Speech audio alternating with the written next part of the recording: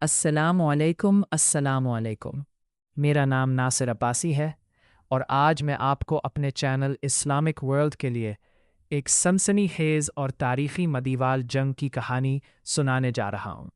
یہ کہانی اس دور کی ہے جب دنیا میں تلواریں، قلعے، گھوڑے اور بہادری کا راج تھا۔ لوگ اپنی طاقت، شجاعت اور حکمت سے سلطنتیں قائم کرتے اور اپنی عزت کے لیے لڑتے تھے۔ سلطنت آزمار دور دراز پہاڑوں اور گھنے جنگلات کے درمیان ایک عظیم سلطنت تھی جس کا نام آزمار تھا۔ آزمار کے بادشاہ سلطان مالک ظفر نہایت بہادر، عادل اور حکمت والے حکمران تھے۔ ان کی سلطنت میں امن، خوشحالی اور لوگوں کی عزت کی قدر کی جاتی تھی۔ لیکن امن ہمیشہ قائم نہیں رہتا۔ دنیا میں طاقت اور دولت کی ہوس نے دشمنوں کو چڑھائی کی طرف مائل کیا۔ دشمن سلطنت کراس آزمار کے مشرق میں ایک اور سلطنت تھی جس کا نام کراوسس تھا۔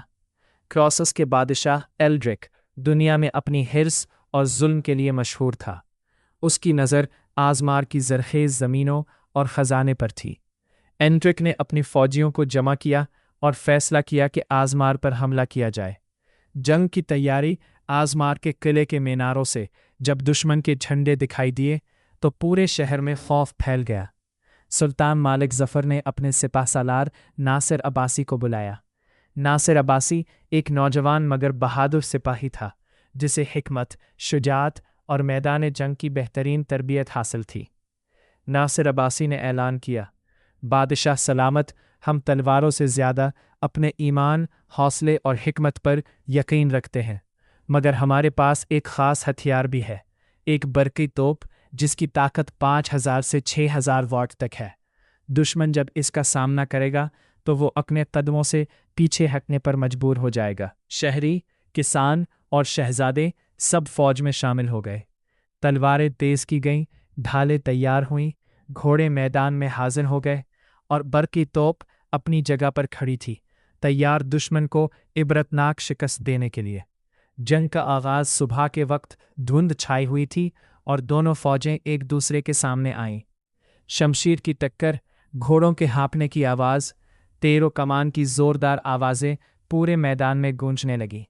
ناصر عباسی اپنے سپاہیوں کے ساتھ سب سے آگے کھڑا تھا۔ دشمن کی فوج پوری طاقت سے حملہ کرنے آئی۔ زمین کانپ رہی تھی، گھوڑے شور مچاتے ہوئے دوڑ رہے تھے اور تیر فضاؤں میں بجلی کی مانند چمک رہے تھے۔ برقی توپ کی فتح جنگ کے شدید ترین لمحے میں ناصر عباسی نے برقی توپ کو فعال کیا۔ ایک زوردار دھماکہ ہوا جس کی روشنی نے پورے میدان کو روشن کر دیا۔ دشمن کی فوج میں خوف و ہراس پھیل گیا۔ کئی فوجی لڑائی چھوڑ کر بھاگنے لگے۔ ناصر عباسی کی حکمت، سپاہیوں کی شجاعت اور برقی توپ کی طاقت نے دشمن کو مکمل شکست دی۔ جنگ کے بعد شام کے وقت جب دھوپ ڈھل رہی تھی، آزمار کی فوج فتح کی خوشیاں منا رہی تھی۔ سلطان مالک ظفر نے ناصر عباسی اور فوجیوں کو مبارکباد دی۔ آج تم نے نہ صرف بہادری دکھائی بلکہ حکمت اور ایمان کی طاقت سے دشمن کو شکست دی۔